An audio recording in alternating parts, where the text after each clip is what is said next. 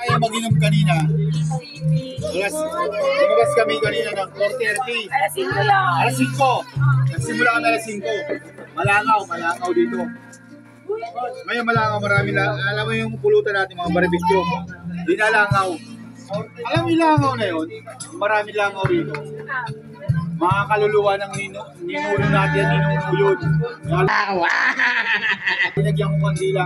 Kita mo na, wala yung langaw. Ako kaya, pag naglagay ako ng kandila, wala yung Okay.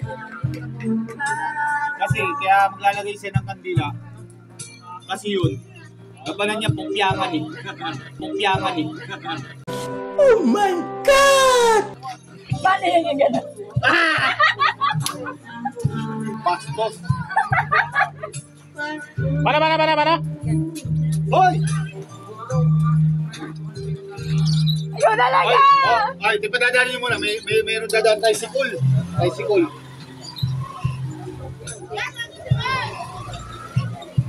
Cut.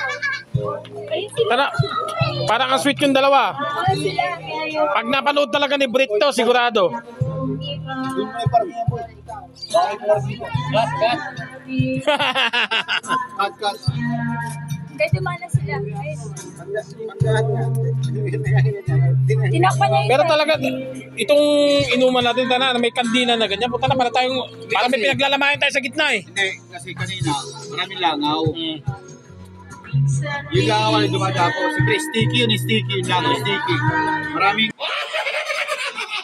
mga dumadapo. Nag-iwan ng mga sticky. Yung mga ligaw ng mga kaluluwa. Kaya naglagay tayong kandila. Yung mga ninuno natin, dumadayo.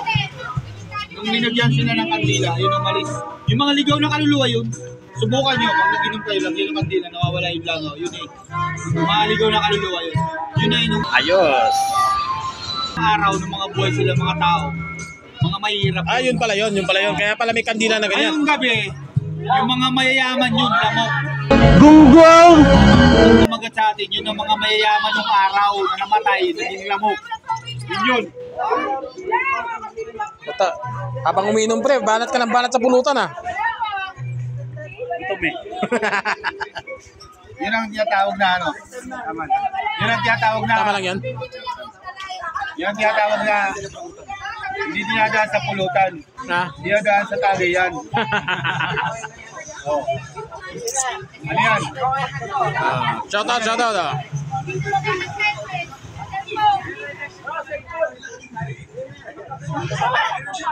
Kumusta naman